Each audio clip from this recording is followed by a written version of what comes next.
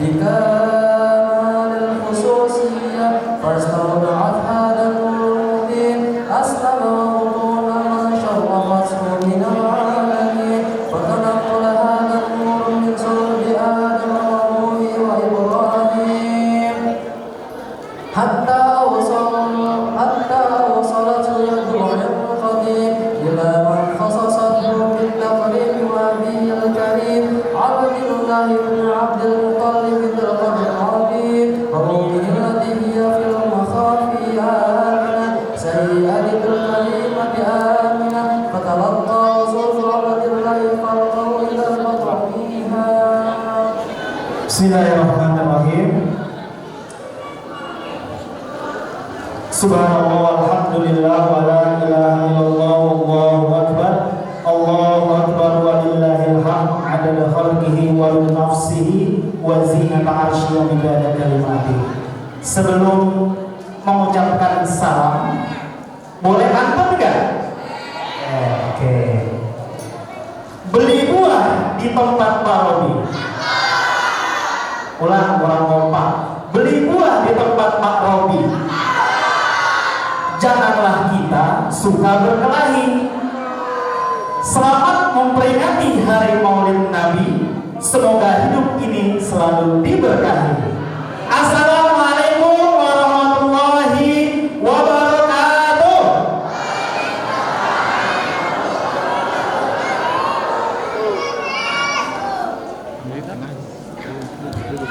Yang kami hormati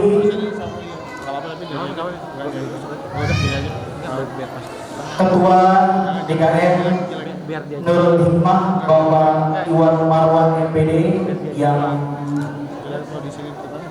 belum bisa hadir, semoga dilancarkan urusannya. Yang kami hormati Bapak Ketua RW 10 Kelurahan Abad Hidayah Bapak Endro Trimartono SH. Yang kami hormati Bapak Lurah Abad Hidayah Bapak Sodik Murdiono SPD MM. Yang kami hormati para ketua RT dari RT 1 sampai RT 9. Yang kami hormati ketua masjid, ketua majelis taklim beserta jajarannya. Yang kami hormati para tokoh masyarakat, ustadz, ustadzah, alim ulama, hadirin hadirat, remaja, anak-anak yang tidak bisa disebutkan satu persatu namanya, semoga tidak mengurangi rasa hormat dan takzim kami kepada semuanya. Innal hamdalillah nahmaduhu wa nasta'inuhu wa nastaghfiruh wa na'udzu billahi min syururi anfusina wa min sayyiati a'malina may yahdihillahu fala mudilla lahu wa man yudlil fala hadiya lahu. Asyhadu an la ilaha illallah wahdahu la syarika lahu wa asyhadu anna Muhammadan abduhu wa rasuluhu la nabiyya ba'd. Allahumma shalli wa sallim wa barik ala sayyidina Muhammad wa ala alihi wa ashabihi wa man tabi'ahum bi ihsan ila yaumiddin, amma ba'du. Sebelumnya, izinkan kami membacakan susunan acara pada malam yang insya Allah dirahmati oleh Allah. Yang pertama hadroh yang sudah tadi kita dengarkan semuanya, Masya Allah. Lalu pembukaan, kemudian disambung dengan sambutan-sambutan. Lalu ada penampilan, kemudian pembacaan ayat suci Al-Quran, disambung dengan ceramah, dan yang terakhir doa dan penutup.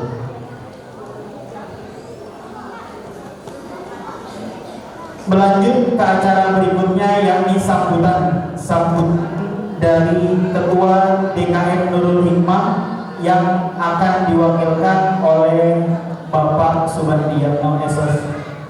Kepadanya kami persilahkan. Betapa besarnya seorang Abu Sayyid Al-Bukhari telah menyumbangkan pikiran dan hartanya Kenapa? Karena rasa cinta, bukti rasa cinta pada Nabi Muhammad SAW. Demikian juga kami panitia yang tidak berlebihan apabila kami mengadakan perayaan ini. Karena ini rasa cinta kita pada Nabi Muhammad SAW. Beliau atas sambutannya dalam mengawali acara memperingati Maulid Nabi pada malam hari ini. Lalu kita berlanjut ke agenda atau acara berikutnya, yakni sambutan dari Bapak Ketua RW 10 Kelurahan Abadi Jaya kepada Bapak Endro Tri Martono SH. Kami persilakan.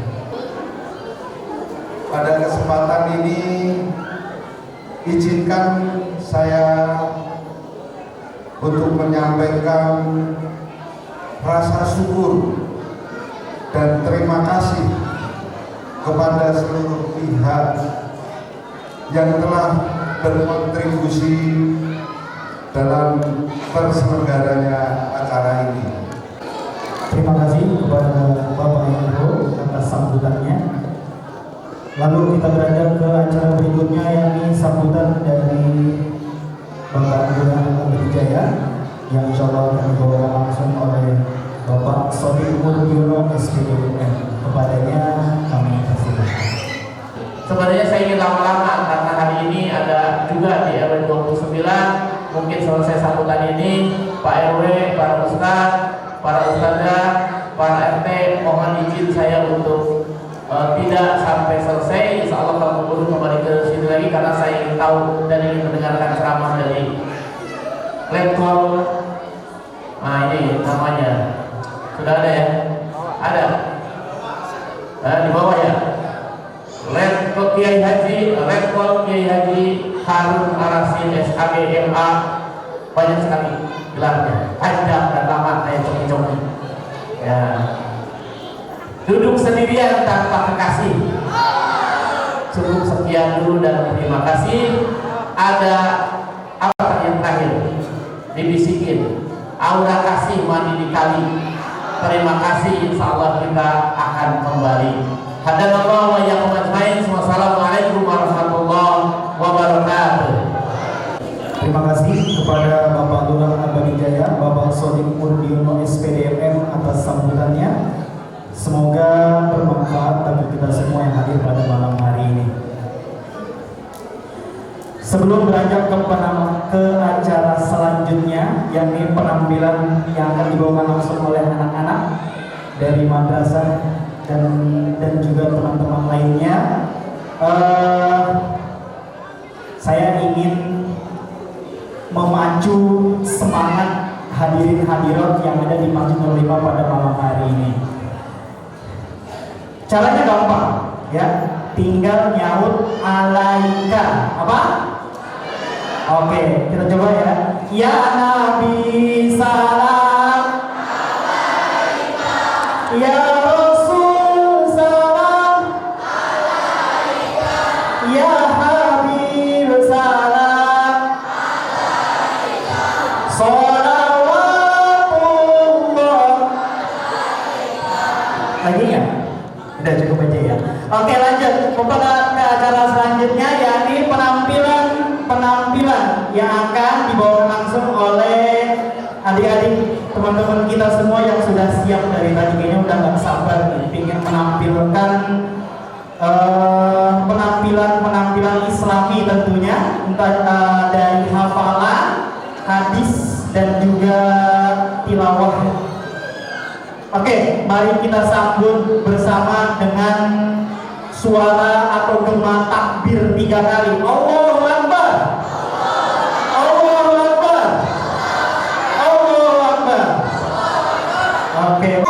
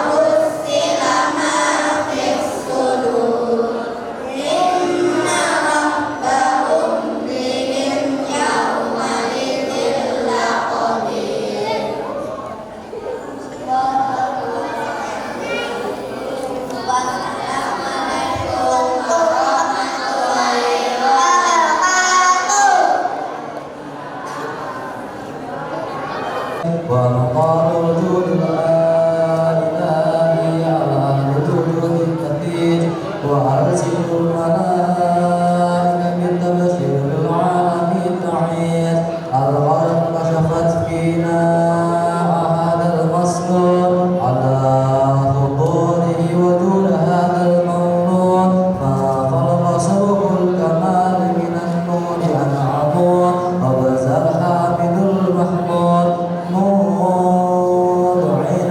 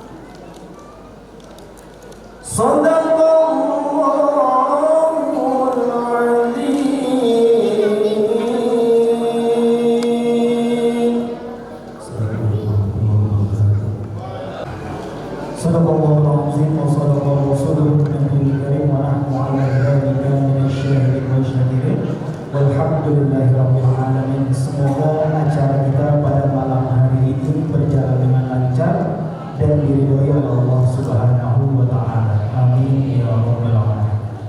Marilah kita memasuki acara inti pada malam hari yang berbahagia ini, yakni ceramah dalam memperingati Maulid Nabi yang insya Allah akan disampaikan oleh Bapak Kiai Haji Kolonel Laut Harun Ar-Rasyid SAG MA MPR Hanma, Magister Terapan Pertahanan Laut. Kepadanya kami persilakan. Assalamualaikum warahmatullahi wabarakatuh.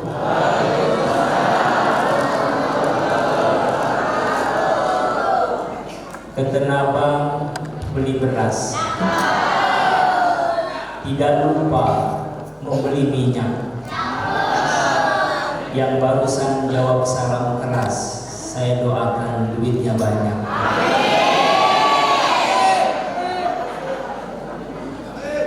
Sungguh lucu si labi-labi,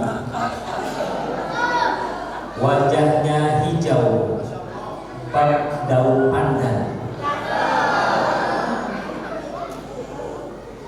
Selamat memperingati Maulid Nabi Muhammad, insan teladan. Pantun terakhir, toko membeli kawat, pulangnya membeli Alpukat. Mari kita banyak bersolawat agar kelak di akhirat dapat syafaat. Amin ya rabbal alamin. Alhamdulillahirabbil alamin. Wassalatu wassalamu ala asyrofil mursalin Sayyidina Muhammadin wa ala alihi wa sahbihi ajma'in, amma ba'd. Wa qala Allah ta'ala fi kitabihil karim, bismillahirrahmanirrahim, laqad ja'akum rasulun min anfusikum azizun alaihi ma anittum harisun alaikum bil mu'minina raufur rahim. Shadaqallahul azim wa shadaqa rasuluhun nabiyul habibul karim wa nahnu ala dzalika minasyakirin wa syahidin walhamdulillahi rabbil alamin. Hadratul mukarramun yang terhormat Ketua DKM Masjid Jami Nurul Hikmah beserta Wakil DKM dan segenap pengurus, yang kami hormati Bapak Ustadz Abdul Malik, Bapak Haji Darsan Ihsan, Bapak Ustadz Nawawi, Bapak Ketua RW 10, dan juga Bapak Ketua RT di lingkungan yang ada di daerah ini, Bapak Ibu hadirin wal hadirat yang mohon izin tidak dapat kami sebutkan satu persatu, namun kami doakan semuanya mudah-mudahan dirahmati Allah Subhanahu wa ta'ala. Pertama-tama tak henti-hentinya mari sama-sama kita panjatkan puji dan syukur kehadirat Allah, karena atas perkenannya malam ini kita semua dapat hadir dalam rangka memperingati kelahiran insan paripurna yang agung, manusia yang paling manis mulutnya, paling benar kata-katanya, paling bijaksana keputusannya, paling benar hajinya, paling kuat tahajudnya, paling tekun zikirnya, paling kasih kepada keluarganya, dan paling sayang kepada umatnya. Beliau juga paling tegas terhadap lawan-lawannya dan paling gigih membangun bangsa dan negaranya. Beliaulah Nabi kita yang suci dan agung, Nabi besar Muhammad Sallallahu Alaihi Wasallam, yang pada malam yang cerah ini keluarga besar Masjid Nurul Hikmah menyelenggarakan peringatan Maulid sebagai ungkapan rasa syukur kepada Allah, dan semoga kita semua semakin cinta kepada Rasul, mensuri tauladani akhlaknya, sehingga hidup kita mendapatkan keberkahan dunia dan keberkahan di akhirat yang akan datang. Hadirin wal hadirat rahimahumullah, siapa saja yang terlibat dan berjasa kepada Nabi Muhammad SAW, maka orang itu akan mendapatkan keberkahan dari Allah Subhanahu wa ta'ala. Dalam riwayat, setiap nabi mengalami peristiwa-peristiwa istimewa. Kalau peristiwa istimewanya itu terjadi sebelum beliau jadi nabi, itu bernama irhash. Namun setelah beliau jadi nabi, maka peristiwa istimewanya disebut mukjizat. Ini pun dialami oleh nabi kita yang mulia, Nabi besar Muhammad Sallallahu Alaihi Wasallam. Beliau lahir pada hari Senin, tanggal 12 Rabiul Awal tahun 571 Masehi, yang sejarah menceritakan bahwa tahun itu disebut dengan Amul Fil, tahun gajah. Kenapa disebut tahun kelahiran Rasulullah disebut tahun gajah? Karena 50 hari sebelum dilahirkannya Nabi Muhammad SAW, ini terjadi peristiwa yang sangat besar yang Allah abadikan di dalam Al-Quran di surat-surat pendek yang kita kenal dengan surat Al-Fil, atau kita sering sebutnya surat Alam Taro. Di situ terjadi di mana Raja Habasyah bernama Abrahah dengan bala tentaranya ingin menghancurkan Ka'bah, ingin dipindahkan ke kota Yaman karena mereka iri melihat Mekah ramai dikunjungi orang-orang banyak. Akhirnya Raja Habasyah bernama Abrahah membawa bala tentaranya dengan gajahnya menuju ke kota Mekah. Sebelum mendekati kota Mekah, Raja Abrahah mampir dulu di perbatasan antara Muzdalifah dan Mina, mengatur siasat. Ini yang ingin mengadakan tipu daya kepada penduduk Mekah dengan dalih mencari seseorang pada tujuannya ingin menghancurkan gajah. Makanya diceritakan oleh Allah di dalam Al-Quran, alam taro kaifa fa'ala rabbuka bi ashabil fil. Tahukah engkau bagaimana Allah meluluh lantakkan pasukan gajah yang dipimpin Abrahah? Ini kalau pasukan sekarang kita sering sebut dengan pasukan bertank. Dulu pasukan gajah. Begitu pasukan itu mendekati rumah Allah yang namanya Ka'bah, maka Allah memutus burung yang datangnya secara berbondong-bondong, makanya disebut ababil. Ya. Alam taro kaifa fa'ala rabbuka bi ashabil fil alam yaj'al kaidahum fi tadlil. Dan Allah Subhanahu wa taala menghancurkan tipu daya mereka. Jadi tipu daya dia yang katanya ingin mencari orang bernama Kinana, padahal tujuannya menghancurkan Ka'bah, Allah batalkan tipu dayanya itu. Lalu apa? Fa arsala alaihim tayran ababil. Dan Allah utuslah puluhan burung yang datang berbondong-bondong. Sambil burung itu, apa tuh yang dilakukan burung itu? Tarmihim bihijaratin min sijil. Lalu burung ababil itu membawa batu yang berasal dari tanah liat yang terbakar. Makanya artinya itu wa arsala alaihim tayran ababil tarmihim bihijaratin min sijil. Burung itu membawa batu yang berasal dari tanah liat yang terbakar. Satu burung membawa 3 batu. Batu pertama diletakkan di mulutnya, di paruhnya. Batu kedua di kuku kanan, di kaki. Yang ketiga di kaki kiri. Setelah itu dilemparkan kepada rombongan gajah yang ada pasukan Abrahahnya. Apa yang terjadi kata Allah? Waja'alahum ka'asfin ma'kul. Setelah dilemparkan batu itu oleh burung ababil, maka kata Allah, hancur leburlah tubuh mereka ka'asfin ma'kul, bagaikan daun yang dimakan ulat. Masya Allah. Siapa yang berani macam-macam sama rumah Allah? Allah punya kehendak, Allah punya mau. Walaupun maunya Abrahah besar, tapi mau Allah yang berlaku. Akhirnya tentara bergajah itu semua mati luluh lantak, kecuali yang tidak mati dalam riwayat itu adalah Abrahah. Abrahah tidak mati duluan, tapi matinya belakangan.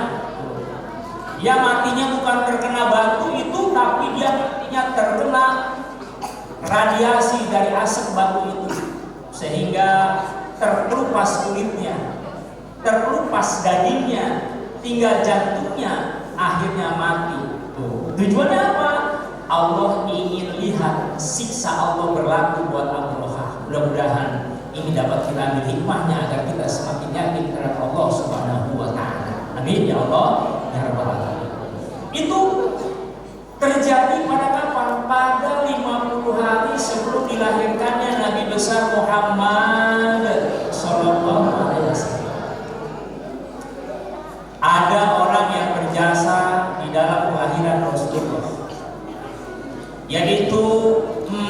wanita soleha bernama Fatimah, bukan Fatimah Az-Zahra. Kalau Fatimah Az-Zahra adalah anak Rasulullah, tapi Fatimah yang seumuran dengan Siti Aminah. Kemudian yang kedua adalah Suwaibah yang merupakan ibu susuan Rasul, dan yang ketiga adalah Ummu Aiman, dan yang keempat adalah Sofa. Inilah wanita solihah yang berjasa terhadap kelahiran Rasulullah, yang akhirnya keempat wanita solihah ini dapat berkah Allah Subhanahu wa Ta'ala. Ketika ibu beliau bernama Siti Aminah ini mengandung dengan kandungan yang sudah cukup tua, beliau mengatakan rata-rata seorang ibu ketika mengandung merasakan lelah, merasakan letih, capek. Tapi kata Siti Aminah, aku gak merasakan itu. Makanya yang dikandung adalah insan mulia, insan paripurna. Bahkan setiap aku tidur, kerap sekali aku bermimpi di dalam tidurku, di dalam kandunganku ini keluarlah cahaya yang begitu terang sampai menerangi kota Basra. Kota Basra adalah kota yang berada di Suriah. Ini satu isyarat bahwa ternyata ketika Rasul jadi pemimpin, kota Basra lah yang pertama ditaklukkan oleh Nabi Muhammad SAW. Kemudian ketika Rasulullah akan dilahirkan, Siti Fatimah mengatakan begini, ketika aku masuk ke rumah Siti Aminah dan bayi itu sudah terlahirkan, di dalam rumah itu aku nggak melihat sesuatu kecuali aku melihat di rumah itu cahaya yang begitu terang. Ini perkataan Fatimah. Kemudian ketika dia keluar dari rahim Siti Aminah, bayi itu tangannya menunjuk ke atas, matanya sudah dicelak, sudah pakai sifat mata. Kemudian tali pusatnya sudah terputus, dan maaf, kemaluannya sudah dihitam. Subhanallah. Apakah yang begini manusia biasa? Luar biasa. Kata riwayat, lahirnya Rasulullah begitu lahir tangannya menjulur ke atas begini. Ini satu isyarat bahwa nanti beliau akan menjadi pemimpin dunia. Ternyata benar. Itulah yang dikatakan Fatimah. Kemudian Fatimah akhirnya dapat barokah, dia punya anak bernama Utsman bin Abdul Ash, yang mana anaknya bernama Utsman akhirnya jadi pemimpin besar yang menjadi imam yang diangkat oleh Rasulullah. Kata Rasul, anta imamun bin qaumika. Ini keberkahan yang diperoleh Fatimah. Kemudian wanita kedua bernama Suwaibah ikut membantu persalinan itu. Akhirnya Suwaibah itu pun diperdekakan. Tadinya dia seorang budak, bahkan dia jadi ibu susuan Nabi Muhammad SAW. Kemudian yang ketiga adalah Ummu Aiman. Ummu Aiman seorang ibu yang menikah dengan Zaid bin Haris. Dengan pernikahannya itulah dia punya anak bernama Umamah bin Zaid, di mana Umamah diangkat oleh Rasul menjadi panglima perang termuda di zaman itu dan diberi gelar sebagai Hubbi Rasulillah, seorang anak muda yang sangat cinta kepada Nabi Muhammad SAW. Yang keempat adalah Safa. Safa pun diberi anak oleh Allah yang mulia, anaknya bernama Abdurrahman bin Auf, yang akhirnya menjadi seorang gubernur di Madinah, lalu diberikan rezeki terbanyak. Bahkan Abdurrahman bin Auf diberi gelar oleh Rasul orang yang dijamin oleh Allah masuk ke dalam surganya. Subhanallah. Inilah orang yang terlibat berjasa kepada Rasul, insya Allah dapat barokah. Mudah-mudahan termasuk kita di dalamnya. Kita sekarang setia kepada Nabi Muhammad, mensuri tauladani akhlak beliau, bahkan kelahirannya pun kita adakan kegiatan silaturahmi seperti ini. Mudah-mudahan kita semua akan menjadi orang-orang yang memasuki surganya Allah Subhanahu wa Ta'ala dan kelak mendapatkan syafaatul uzma. Amin ya Allah ya Rabbal Bapak Ibu, Bu, lanjut nih. Itu baru pembukaan. Ngomong-ngomong, saya ceramah sampai jam berapa nih?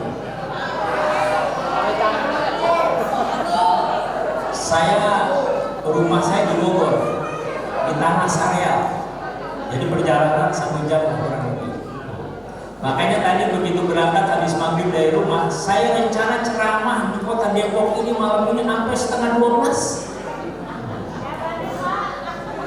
Kira-kira bapak-bapak kalau saya ceramah sampai setengah 12 sanggup nggak?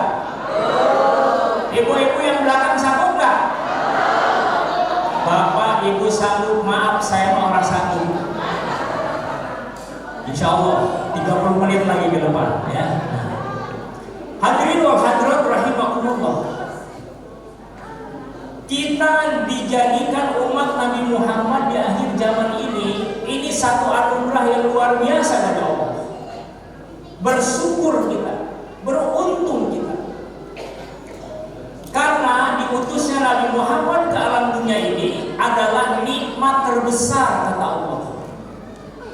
Di mana kita tahu itu? Lihat dialog Nabi Daud dengan Allah. Kata Abu Bakar Al-Atas di dalam kitabnya Cahaya, beliau menjelaskan dialognya Allah dengan Nabi Daud. Kata Nabi Daud, ya Allah, nikmat Engkau yang paling kecil yang diberikan ke manusia di alam dunia ini apa? Kata Allah, nikmatku yang kecil yang aku berikan ke manusia di alam dunia itu yaitu nafas. Nabi Daud bingung. Padahal tanpa nafas kita setengah jam aja nggak bisa hidup. Masa itu disebut nikmat terkecil dari Allah? Akhirnya penasaran Nabi Daud nanya lagi. Kalau gitu ya Allah, nikmat yang paling besar apa yang diberikan kepada manusia di alam dunia ini? Kata Allah, nikmatku yang terbesar yang aku berikan kepada manusia di alam dunia ini yaitu diutusnya dan aku lahirkannya Muhammad Sallallahu Alaihi Wasallam. Ya Allah. Jadi nikmat terbesar kita ini dari Allah adalah diutusnya Nabi Muhammad menjadi Nabi kita, menjadi Rasulullah Sallallahu Alaihi Wasallam. Sehingga Allah berfirman dalam hadis qudsi, kata Allah apa? Kata Allah, tidak akan aku ciptakan alam dunia ini wahai Muhammad kecuali karena engkau. Laulaka ya Muhammad lima khalaqtal aflaq. Kalau bukan karena kamu ya Muhammad, kalau bukan karena kamu ya Muhammad, niscaya tidak aku ciptakan alam dunia ini. Subhanallah. Ternyata diciptakan Nabi Muhammad adalah anugerah besar buat alam dunia ini. Makanya bersyukur kita menjadi umat Nabi Muhammad di akhir zaman ini. Mudah-mudahan yang hadir nih orang-orang yang cinta sama Nabi, yang setia sama sunnah-sunnah Nabi. Karena kata Rasul, orang yang menghidupkan sunnahku, dia berarti cinta sama aku. Orang yang cinta sama aku, nanti hidupnya berdampinganku di surga. Termasuk jamaah di sini. Amin. Ya Allah ya Allah. Hadirin wal hadirat rahimakumullah. Sekarang apa hikmahnya yang dapat kita petik dalam pelaksanaan atau peringatan Maulid seperti ini? Minimal ada 5 hikmah. Pertama, kata para ulama, dengan hikmah Maulid ini kita dikenalkan insan paripurna, insan yang mulia bernama Muhammad. Jadi kita kenal. Kalau udah kita kenal, kita akan cinta. Kalau udah cinta, kita sayang. Kalau udah sayang, kita berarti mau mensuri tauladani akhlaknya. Kalau nggak kenal, malah kita cinta. Kalau nggak cinta, malah bisa kita mensuri tauladani akhlaknya. Makanya hikmahnya keluarga besar Masjidul Hikmah malam ini memperingati Maulid agar kita semua mengenal sosok Nabi Muhammad Sallallahu Alaihi Wasallam. Orang tua kita dulu, Pak, mengenalkan sama Nabi Muhammad bukan sekedar mengenalin akhlaknya, bukan sekedar mengenalin ilmu dan ajaran-ajarannya. Ibu kita ini, bapak kita ini dulu nih opennya luar biasa. Sampai senandungnya tiap hari senandungnya cinta Rasul. Kan kita sekarang kayak begini nih, yang seusia sama kita semua ini kan berkat jasa dan budi baik bapak ibu kita, benar nggak? Kalau bapak ibu kita dulu nggak rajin mengenalkan kita ke Rasul, mana bisa kita sekarang seperti ini? Bersyukur kita punya orang tua yang cinta Rasul. Sampai orang tua kita senandungnya tiap hari apa? Saya ingat dulu senandung orang tua kita begini. Pada zaman dahulu kala, pada zaman jahiliyah, lahirlah seorang Rasul yang terakhir dan mulia. Siapa namanya? Nabi Muhammad namanya. Siapa ibunya? Siti Aminah ibunya. Siapa ayahnya? Abdullah nama ayahnya. Di mana beliau tinggal? Di Depok apa di Madinah? Madinah tempat tinggalnya. Setelah dewasa diangkat menjadi rasul. Siapa yang mengangkat? Ketua DKM apa Allah? Oleh Allah yang kuasa. Siapa Allah itu? Pencipta alam semesta. Itu senandung bapak ibu kita dulu bagi kita kecil. Sampai kita hanya tahu Nabi Muhammad namanya, Siti Aminah ibunya, Abdullah nama ayahnya, Madinah tempat tinggalnya. Setelah dewasa diangkat menjadi rasul oleh Allah yang kuasa, pencipta alam semesta. Itu senandung ibu bapak kita dulu. Yang akhirnya karena kita seperti ini, cinta. Kita bisa mensuri tauladannya alam-alam beliau. Kita tahu Rasulullah itu siapa. Sekarang kita juga harus begitu sama anak-anak kita. Alhamdulillah saya lihat kayak dihadirkan nih adik-adik. Biarin dia di masjid ribut nggak apa-apa. Ntar ada keberkahan buat dia. Ini nanti yang akan jadi penerus kita kan mereka ini semua. Kalau mereka udah anti masjid, gimana dia bisa menjadi penerus kita? Makanya rangkul terus anak-anak untuk cinta kepada Nabi Muhammad SAW. Kita sekarang prihatin Pak. Kalau kita orang tua nih nggak telaten sama anak-anak kita nggak kenalkan dia ke Rasulullah, tidak kita ajarkan akhlak dan suri tauladan beliau seperti apa. Kita prihatin Pak, anak-anak zaman sekarang, jangankan kuliah, baru kelas 1 SMA saja nih, dia mau tidur senandungnya aja begini. Selamat tidur kekasih gelapku. Ini bocah zaman sekarang begitu. Kalau orang tuanya nggak telaten tuh, kenalkan kepada Rasulullah. Rata-rata sekarang udah megang HP. HP-nya derinya apa? Teman tapi mesra. Dia berangkat ke sekolah, yang dibawa bukan buku. Apa yang dibawa? Rantai ketel, gear motor. Masya Allah. Mudah-mudahan bukan anak-anak kita yang begitu. Amin ya Allah ya Rabbal. Inilah hikmah pertama. Dengan memperingati Maulid Nabi Muhammad, kita harus perkuat diri kita agar kita kenal Rasulullah dan bisa mensuri tauladani akhlak dan pribadinya. Yang kedua, ambil hikmahnya agar kita bisa jadi rahmat seperti beliau. Karena kan Rasulullah ini diutus ke dunia ini, kata Allah apa? Wa ma arsalnaka illa rahmatan lil alamin. Tidakkah engkau aku utus ya Muhammad kecuali jadi rahmat untuk semua alam ini. Masya Allah. Jadi Rasulullah gak tanggung-tanggung, diutus oleh Allah jadi rahmat untuk alam dunia ini. Kita kalau meniru Rasulullah jadi rahmat untuk alam seperti ini berat. Minimal kita jadi rahmat buat lingkungan se-RT kita. Rahmatan lil RTI. atau satu kampung kita lah jadi rahmat untuk lingkungan sekampung kita. Apa sih artinya? Artinya di mana kita tinggal, orang di sekitarnya tuh senang ada kita di situ. Nah, itu berarti hidup kita jadi rahmat. Kita hadir, orang senang. Kita ada, orang bahagia. Itu berarti khairun nas anfa'uhum linnas. Sebaik-baik manusia yang bisa memberi manfaat di lingkungannya. Kita tiru Rasul begitu. Contohnya kalau kita hidup jadi rahmat, satu RT misalnya atau sekampung sekomplek ini misalnya, begitu mendengar kita mau pindah rumah, itu tetangga semua nangisin kita. Kita mau mutasi ke mana, ke daerah mana, tetangga datang ke rumah kita. Pak, kok bapak cepet-cepet sih tinggal di sini, tiba-tiba mau pindah. Padahal ada bapak di sini, saya senang Pak. Nah, ini berarti hidup kita jadi rahmat.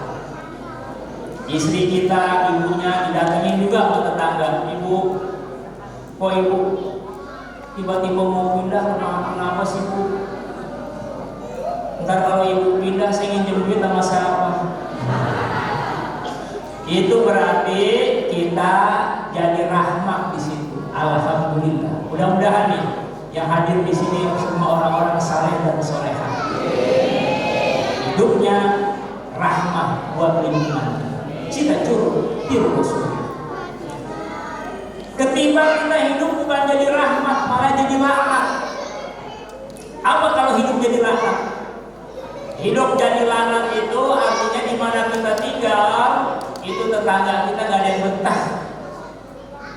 Tetangga kita semuanya sebel sama kita. Itu berarti kita hidup gak jadi rahmat, malah jadi laknat di situ. Cirinya apa? Begitu kita dengar mau pindah, itu tetangga semuanya pada syukuran. Mendengar kita mau pindah, tiap pojok pada mengejar nasi kuning. Ada yang ngejar bubur merah, bubur hitam, bubur hijau. Ada yang juga ngejar nasi kebuli. Ditanya lu ngapain sih, senang banget. Itu kan alhamdulillah kata genderuwo mau pindah. Masya Allah. Tuh, itu berarti hidup kita bukan jadi rahmat, tapi jadi rahmat. Oleh karena itu, hikmah kedua nih, dengan memperingati Maulid seperti ini, kita suri teladan di akhlak-akhlaknya, sifat-sifatnya. Bahkan sifat Rasulullah mulia sekali, ada di dalam surat At-Taubah 128. Yang akhir nanti akan saya jelaskan. Untuk itu Bapak Ibu semua, mari sama-sama kita tiru itu agar kita bisa memberikan manfaat bagi lingkungan kita yang ada. Kemudian yang ketiga, hikmah dari peringatan Maulid ini, kita tahu tentang ajaran-ajaran Nabi Muhammad SAW. Ajaran-ajaran beliau ketika kita menjadi pedagang seperti apa, ketika kita menjadi seorang guru seperti apa, ketika kita menjadi seorang suami seperti apa. Ini semua dari ajaran semua oleh Rasulullah, baik dalam ajaran-ajaran yang termaktub di dalam pelajaran akhlak, pelajaran hadis, maupun pelajaran-pelajaran yang ada di dalam firman-firman Allah Al-Qur'anul Karim. Kemudian yang keempat, hikmah yang keempat Bapak Ibu, di mana dengan memperingati Maulid ini kita semua tahu tentang perjuangan Nabi Muhammad SAW betapa beratnya. Beliau berat memperjuangkan agama yang sekarang ada dalam kita ini semua. Beliau dakwah kurang lebih 23 tahun, 13 tahun di kota Mekah, 10 tahun di kota Madinah. Di Mekah gak kondusif, beliau hijrah ke Madinah. Di Madinah gak kondusif, beliau hijrah ke Taif. Di Taif bukan malah diterima, malah dilempari batu oleh penduduk Taif. Sampai sahabat Rasul Zaid bin Haris berlumuran darah. Akhirnya Rasulullah menepi di satu tempat yang akhirnya di-Isra Mi'rajkan oleh Allah Subhanahu wa Ta'ala. Ini berat perjuangan beliau. Oleh karena itu dengan hikmahnya Maulid seperti ini, kita tahu betapa Rasulullah dalam perjuangan agama ini nggak main-main. Makanya kita nih yang udah punya iman, yang sudah yakin sama Allah, jaga iman kita nih. Termasuk hadirnya Bapak Ibu sekarang ini di majlis ilmu seperti ini dalam rangka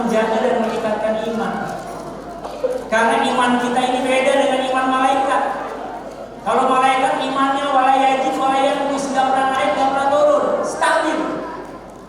Kalau imannya orang saleh, para ahli ulama, tokoh masyarakat, dan juga misalnya para para wali, imannya yajid wala yanqus, naik terus, nggak turun-turun. Tapi kalau kita ini manusia biasa, imannya yajid wa yanqus, kadang-kadang naik, kadang-kadang turun. Makanya dengan peringatan Maulid ini kita hadir seperti ini, insya Allah iman kita terus naik. Amin ya Allah ya Rabbal Alamin. Apalagi Bapak Ibu yang hadir di sini ini kalau kita lihat dari hadis, Bapak Ibu adalah hadir di taman surganya Allah. Kata Rasul, "Idza marartum bi riyadil jannah farta'u qalu ya Rasulullah." Jika kalian berada di mana saja, sering-seringlah hadir di taman surga. Sahabat ada yang ngacu bertanya, "Ya Rasulullah, mada riyadul jannah?" Apa sih taman surga itu? Rasul jawab, "Riyadul jannati majalisul ilmi." Taman surga itu kata Rasul adalah majelis-majelis ilmu. Jadi kalau dilihat dari hadis tadi, Bapak Ibu yang hadir malam ini, ternyata Bapak Ibu ini karena sudah berada di taman surganya Allah. Nanti bekas kehadiran kita ini menggeser ke surga yang sebenarnya. Karpet yang dipakai dulu ini akan geser ke surga yang sebenarnya. Termasuk tembok yang dipakai nyender, nah, ini juga geser ke surga yang sebenarnya. Hadir walaupun baru manggut-manggut, kok ada berkah Allah. Masya Allah. Saya doakan ya hadir semua pulang dari sini yang punya urusannya mudah-mudahan dibereskan Allah. Yang punya hajatnya dikabul Allah. Yang barangkali saudaranya ada yang sakit pulang dari sini mudah-mudahan disembuhkan Allah. Termasuk barangkali ada yang masih pada punya utang. Saya doakan semoga hutangnya cepat pada lunas. Aminnya beda kalau yang itu. Alhamdulillahirobbil alamin. Ibu-ibu yang terakhir, sebelum saya jelaskan surah Taubah itu, yang terakhir, dengan hadir di sini, ini akan menjadi wasilah kita semua menjadi orang yang saleh dan soleha. Karena kita tahu akhlak beliau, kita tahu rambu-rambu hidup seperti apa, kita tahu bagaimana kita menjadi apa saja ada dalam ajaran Rasulullah, sehingga otomatis Bapak Ibu akan menjadi orang-orang yang baik pula, saleh dan soleha. Saya yakin nih yang di depan saya, jadi diri ini saya, ibu-ibu yang hadir di sini, insya Allah ini orang-orang salehah semua. Bu, saya mau tanya, ciri wanita solehah itu yang bagaimana sih? Katanya. Apakah yang dia kalau pakai jilbabnya sampai ngengser ke ubin? Ya. Apakah dia yang kalau misalkan sholatnya sampai ratusan rakaat? Tidak. Tapi kata Rasul, istri solehah itu adalah allati tasuruhu idza nadara. Apabila dipandang oleh suaminya itu artinya senang. Kira-kira ibu-ibu begitu apa enggak? Bapak-bapak saya tanya, bapak-bapak ngelihat ibunya itu artinya senang apa senang? Kalau bapak-bapak ngelihat istri di rumah artinya senang, berarti itu istri bapak solehah. Amin amin kenceng. Makanya ibu-ibu sering-sering nanya sama suaminya. Ibu-ibu kalau manggil suami apa? Misalnya manggil suami Dedi, tapi jangan sembarangan manggil suami malah Bleki. Panggil suami misalnya Papa atau Abang, nah itu boleh tuh, nggak apa-apa. Makanya yang di rumah sering nanya, Bang, abang melihat Neng dari samping kiri kayak siapa Bang? Tanya tuh suami kita. Kata suami kita, Neng kayak Syahrini Neng. Alhamdulillah. Tanya lagi, Pak, melihat Neng dari samping kanan kayak siapa Bang?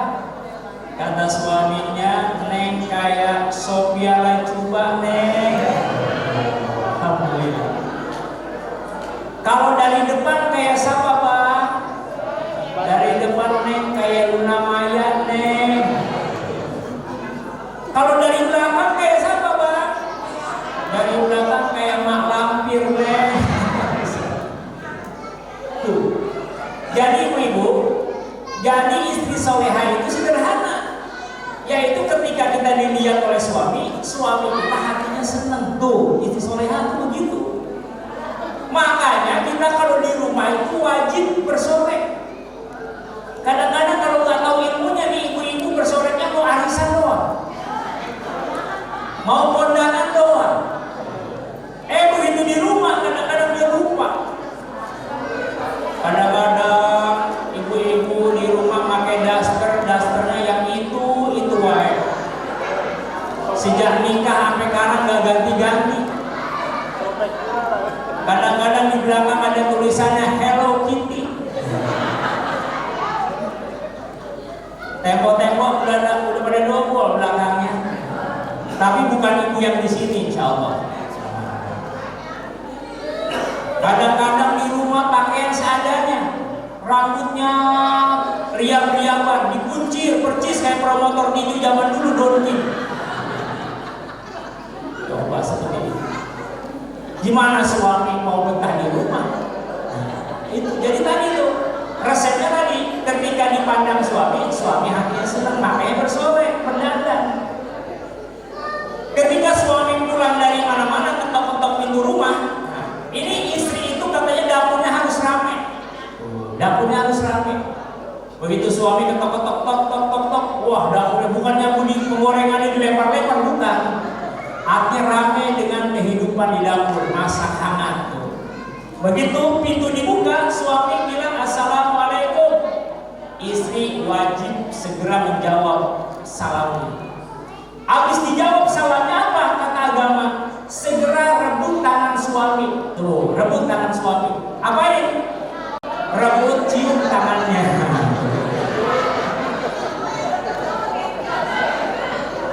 Nyium tangan zaman sekarang gua perlu diajarin, kadang-kadang nyium tangan begini. Nyium tangan begini, ya kan? Namanya cium tangan begini. Oh, cium tangan, ikhlas, ridho. Walaupun suami banyak keringatnya di tangan ini, kata agama apa? Keringat suami nempel di pipi istri, itu istri bakal awet muda. Jangan heran besok pagi pada aneh suami istrinya sama suaminya. Tahu-tahu tangannya direbutin. Lu apa-apaan sih baru ikut mulut semalam doang ya?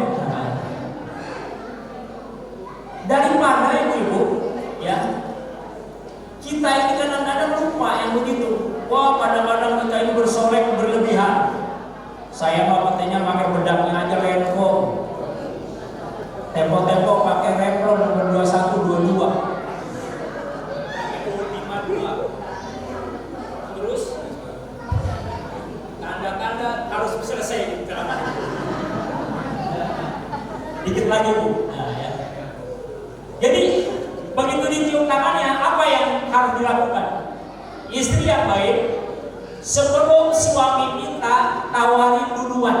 Nah, pernah nggak nawarin duluan sama suaminya? Oh, sering. Manggilnya apa? Misalkan Papa. Pulang kerja kita sebut si Papa, misalkan gini, Pak, Papa pulang kerja ya. Kira-kira Papa mau mama dulu atau mau mama dulu Pak? Tawarin gak apa-apa. Kata suaminya, Neng, abang capek istirahat dulu di ruang tamu. Silakan Bang, abang duduk dulu. Neng ambilkan air putih di dapur. Ambilin air putih segelas. Suami ikhlas nerimanya, istri ikhlas. hidangannya diminum oleh suami. Apa kata agama? Istri yang hidangin air putih 11 diminum oleh suaminya, istrinya seolah-olah dapat pahala sholat sunat 100 rakaat. Jangan heran kalau besok banyak dikasih air putih suaminya. Kata suaminya, nambah neng 11 lagi, jadi berapa? 200 rakaat. Kata suaminya, neng nambah 11 lagi neng, jadi berapa? 300. Saya nggak kebayang kalau sama galonnya itu berapa rakaat. Itu Bu, keadilannya begitu.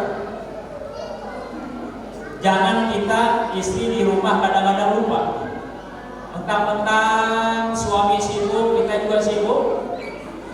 Suami saya mau udah paham, saya sibuk kan, jadi gak pernah saya layani. Saya kan wanita karier. Suami saya biarin aja dilayani sama pembantu saya namanya si Ina. Hati-hati Bu. Suami pulang kerja disambut sama si Ina. Disiapin teh manis sama si Ina. Mau mandi yang ambilin anduk si Ina. Kemudian pagi-paginya suami mau kerja, yang nganterin ke pekarangan rumah si Inem. Sampai akhir dadah-dadahan sama si Inem. Jangan heran kalau suami di kantor zikirnya Inem tuh, hati-hati. Makanya rangkul suami kita. Kalau kita istri soleha, bagaimana biar suami senang? Kitanya juga harus terima melayaninya dengan yang baik-baik. Kok jadi bobong begitu? Insyaallah ini istri solehah. Ibu yang dirahmati Allah SWT. Sekarang terakhir, apa sifat-sifat Rasulullah yang harus kita tiru, yang harus kita teladani, sebagaimana dengan tema sekarang ini, meneladani sifat Rasul.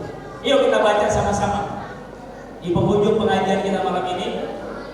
Laqad ja'akum rasulun min anfusikum azizun 'alaihi ma 'anittum harisun 'alaikum bil mu'minina raufur. Kata Allah dalam ayat itu ada 3 sifat mulia yang dimiliki Nabi Muhammad SAW. Pertama adalah apa? Azizun 'alaihi ma 'anittum. Rasul seorang pribadi yang memiliki perasaan ikut merasakan penderitaan yang dirasakan oleh orang lain, yang dirasakan umatnya. Ini sifat mulia beliau. Beliau menyatakan ketika datang maut di hadapannya, ketika malaikat Jibril akan mencabut nyawa beliau, beliau bertanya, "Wahai Jibril, seperti inikah rasanya sakaratul maut?" "Iya," kata Jibril. Pantas Rasulullah sabdakan, sakaratul maut itu sakitnya bagaikan 300 bacokan pedang. Makanya Rasul ajarkan setiap habis sholat kita baca doa apa? Allahumma hawwin alaina fi sakaratil maut wa najata minan nar wal afwa 'indal hisab. Sakitnya sakaratul maut itu bagaikan 300 kali bacokan pedang. Makanya tidak heran kalau ada orang yang sakaratul maut itu lidahnya menjulur keluar, menggelepar-gelepar, matanya melotot karena sakitnya. Saya waktu pesantren dulu kepikiran, kata kiai saya, hati-hati sakaratul maut deh, karena sakaratul maut itu pedih, sakit deh, bagaikan kambing masih hidup, dikeset kulitnya, dibalurin garam. Masya Allah, itu sakitnya sakaratul maut. Makanya hati-hati kata kiai-kiai itu, baca doa itu, Allahumma hawwin alaina fi sakaratil maut.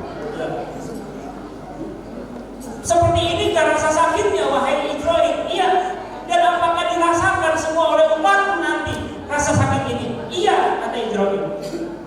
Oleh karena itu, wahai Ibrahim, rasa sakit sakaratul maut itu sekarang timpahkan semua kepada aku, agar umatku jangan merasakan sakitnya seperti ini. Ya Allah. Inilah sifat mulia Nabi besar Muhammad sallallahu alaihi wasallam. Azizun 'alaihi ma 'anittum. Punya sifat merasakan penderitaan pedih yang dirasakan oleh umatnya. Makanya sekarang kalau ada yang meninggal, sakit. Itu kata ulama sudah dirasakan oleh Rasulullah. Syukur kita, amin ya Allah ya Rabbal alamin. Rasul minta sama malaikat Jibril, tumpahkan rasa sakit itu kepadaku agar umatmu tidak merasakan. Ini sifat mulia yang pertama. Artinya apa? Setelah hidup ini karena kita nih harus ikut penderitaan orang. Ada orang susah, kita harus merasakan susah. Yang kekurangan ekonomi kita bantu. Nah, itulah sifat yang harus ditiru. Nah, itu sifat Rasulullah SAW. Yang kedua adalah apa? Harisun alaikum. Rasul menginginkan umatnya semua selamat. Rasul menginginkan umatnya semua mendapatkan hidayah. Makanya Rasulullah ajarkan hadis, ajarkan ajaran-ajaran fikih ya, agar kita ini selamat. Supaya kita selamat di dunia, selamat di akhirat. Bagaimana? Sama teman harus bersilaturahim, sama Allah harus sering tahajud supaya Allah sayang sama kita. Itu ajaran Rasulullah agar kita selamat. Makanya kita kalau punya ilmu nih jangan kita diamin, berikan orang lain agar orang lain juga selamat. Itulah sifat Rasulullah. Yang terakhir yang ketiga adalah bil mu'minina raufur rahim. Rasul sangat sayang kepada umatnya, kepada makhluk Allah, kepada semua ciptaan Allah yang ada di muka dunia ini. Oleh karena itu kalau kita sekarang ini hidup bermasyarakat, tumbuhkan rasa sayang. Sayang terhadap yang kecil, sayang kepada ciptaan Allah, baik makhluk hidup maupun makhluk-makhluk yang lain ciptaan Allah. Kita tebar rasa sayang itu. Karena Rasulullah sayangnya sama kita bertahap. Sampai di akhir hayatnya beliau selalu menyebut apa? Ummati, ummati, ummati. Jibril bertanya, wahai Rasulullah, mengapa di penghujung hayatmu selalu kau sebut jangan umatmu, umatmu, umatmu? Apa kata Rasul? Wahai Jibril, aku tidak ingin kalau suatu saat nanti masih ada umatku yang masuk dalam nerakanya Allah. Betapa sayangnya beliau itu. Bil mu'minina raufur rahim. Demikian kajian kita malam ini. Mudah-mudahan kita semakin dekat dan cinta kepada Nabi Muhammad SAW dan kita suri tauladani sifat-sifat beliau yang Allah jelaskan dalam Al-Quran tadi, sehingga mudah-mudahan hidup kita selamat di dunia dan bahagia di akhirat yang akan datang. Terima kasih. Sebelum saya ucapkan salam, izinkan saya berpantun terakhir. Bapak Ibu tinggal bilang catat. Burung irian, burung cendrawasih, adanya di Papua. Cukup sekian, terima kasih. Semoga manfaat untuk semua. Assalamualaikum warahmatullahi wabarakatuh.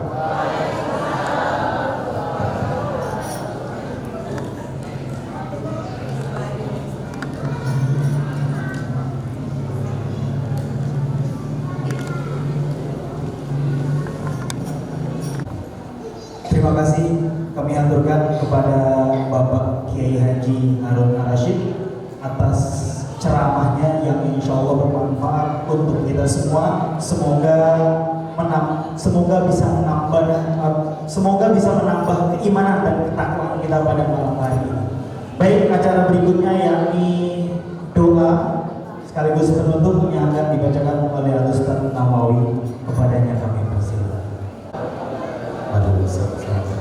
Allah Subhanahu wa ta'ala supaya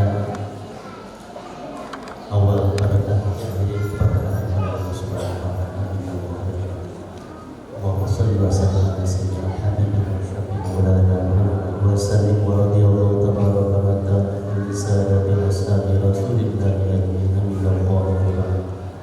Hamdan katsiran tayyiban barakatihi tayyiban fi ni'matihi mazidan ya rabbana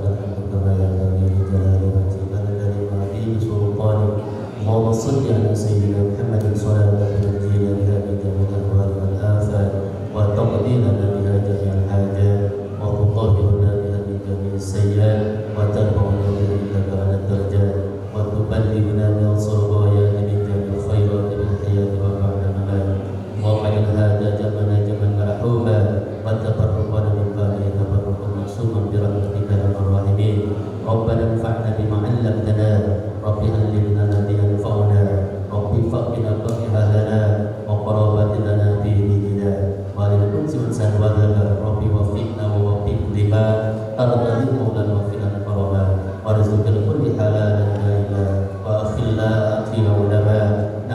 له الباب كل شر ربنا واصلح لنا كل شؤون واغفر ربنا ذو قلبي واقض عنا ربنا كل ديون قبل ان ياتنا رسل المنون واغفر واصلح عنا رب من ستر والصلاة غيب وصل مصطفى من إلى الحق دعانا والوفاء بكتاب للناس الشفاء ولا الآخرة شرفا اللهم صل وسلم الغرور اللهم الهدى واجعل النساء في رضاه ولا قوة إلا وليا سوى ولا تجعل لمن غلب مرحبا صار وحسبنا الله ونعم الوكيل ونعم المولى ونعم النصير ولا حول ولا قوة إلا بالله العظيم سبحانك اللهم وبحمدك نشهد أن لا إله إلا أنت نستغفرك ونتوب إليك هدانا الله وإياكم أجمعين ثم السلام عليكم ورحمة الله وبركاته وبسر الفاتحة بسم الله الرحمن الرحيم الحمد لله رب العالمين الرحمن الرحيم مالك يوم الدين إياك نعبد وإياك نستعين اهدنا الصراط المستقيم صراط الذين أنعمت عليهم غير المغضوب عليهم ولا الضالين. Selanjutnya ditutup oleh hadroh. Silakan.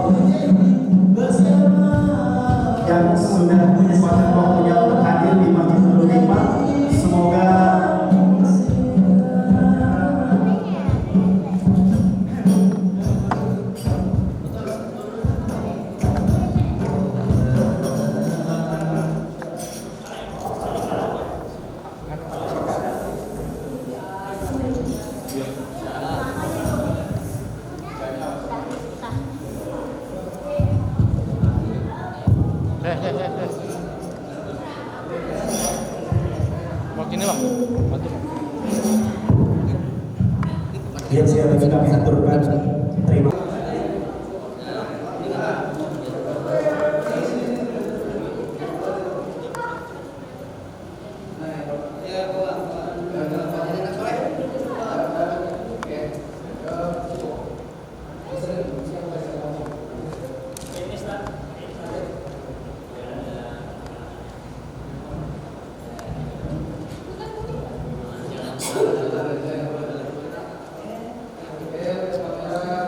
Time biar.